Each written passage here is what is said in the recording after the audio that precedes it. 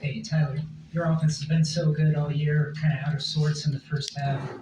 What made you guys able to flip the switch in the second half? Yeah, just kind of getting outside myself, not focusing on, personal circumstances and start pouring into the guys and focus on everything else on the defensive end, on their motivation, on my motivation, and just play free. Right here. Yeah, Olivier, you guys are clearly trying to counter their two big men who each had double-digit rebounds with transition. Did that work out the way you expected? Yeah, I said we did a solid job in transition, pushing the ball and, getting easy ones. That's what we want to play. If they score, doesn't matter, we try to answer back right away. We definitely can be better in some area, but I feel like overall we're something. We've been joined by Coach Shaka Smart, second row here. Thank you very much. For either of you, just you guys were down 14 at one point, which is now the largest deficit you guys came back from. What does it say about the team as a whole to be able to fight through that and come away with a victory? I mean, I feel like it's our resiliency. I mean, that's what we're about. I mean, it doesn't matter how down we are or whatever. We feel like we come back and win any game. And that starts with our relationships, the way we feel about each other, and how connected we are. And that's how we came out in the second half. We came out with that belief and that energy, and then that's what we were going to come back and win this game. About this group being able to win in this way compared to winning in a high-scoring game. That says a lot. I mean, we faced a lot of adversity today, and the guys stared down the adversity. They stayed connected. They continued to respond, focus on the next most important thing. It was a challenging game. Every game against them this year has been, but this one was uniquely challenging just because. Let's face it, first time playing the Garden with this team, number one seed, and, there's just been so much focus on the regular season and regular season awards and all that. And, I think it took us some time to flush that and move on. But I thought the guys did a great job in the second half, just playing to win. In the back on the left. Tyler, Marquette's going to be the third youngest team in the field of 68. This team just hasn't seemed rattled all year. Can you say something about playing against more experienced teams and still rallying from 14 or all year coming through these clutch games?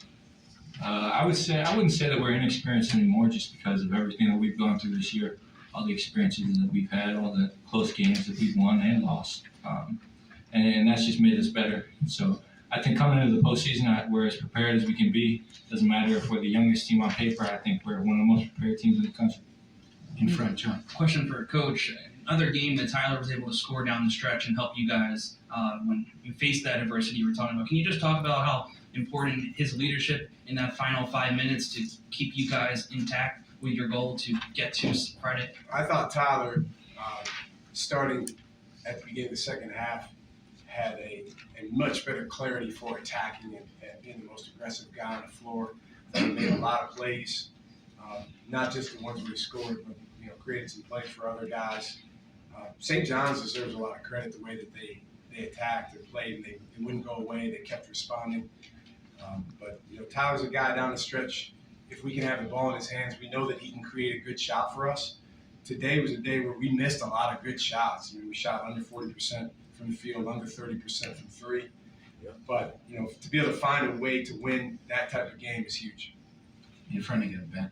Max, what did you see on that steal on that scramble play at the end of regulation, and then by extension, just how much defensive intensity turned up in the second half? Yeah, I mean, I feel like that's when we emphasize it at halftime. We have to come out with a defensive identity, and then we're just aggressive. And when we're aggressive like on the defensive end, that's how we're able to get steals, we're able to get deflection, and then that's what really happened. And then we're able to come back and get easy ones. That's how we got back in this game.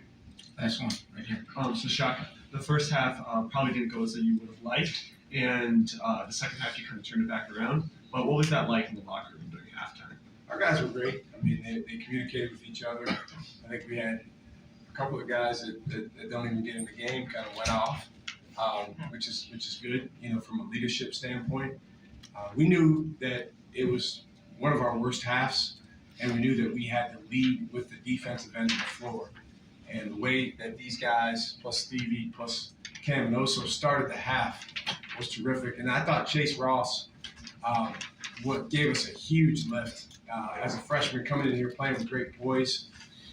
When this group here has clarity about us and really plays through being connected with each other, we can play with anyone in the country. We got away from that a little bit early on. I think we got that back, and that's what allowed us to win. Marquette, thank you. Thank you.